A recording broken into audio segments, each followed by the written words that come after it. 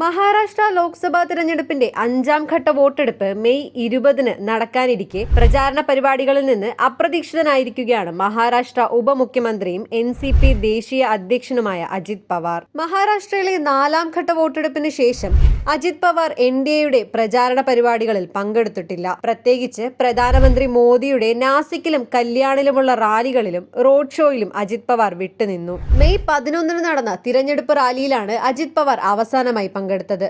എന്നാൽ അന്ന് മഹായൂതിയിലെ സീറ്റ് പങ്കിടലിൽ തന്റെ പാർട്ടിക്ക് ലഭിച്ച 4 സീറ്റുകളിൽ അജിത് പവാർ അതൃപ്തനായിരുന്നുവെന്ന് റിപ്പോർട്ടുകളുണ്ട്. പ്രധാനമന്ത്രി മോദി വാരണാസിയിൽ നാമനിർദ്ദേശ പത്രിക സമർപ്പിക്കുന്ന വേളയിൽ അജിത് പവാറിന്റെ അഭാവം വലിയ രാഷ്ട്രീയ ചർച്ചയ്ക്ക് തന്നെ വഴിവെച്ചിട്ടുണ്ട്. തിങ്കളാഴ്ച നടക്കുന്ന 5ാം ഘട്ടത്തോടെ മഹാരാഷ്ട്രയിലെ 48 സീറ്റുകളിൽ തിരഞ്ഞെടുപ്പ് പൂർത്തിയാകും. ഈ സാഹചര്യത്തിൽ പ്രധാന ഘടകകക്ഷി നേതാവിന്റെ തിരോധാനം രാഷ്ട്രീയ നിരീക്ഷകരിൽ തന്നെ വലിയ അമ്പരപ്പ് സൃഷ്ടിക്കുന്നു.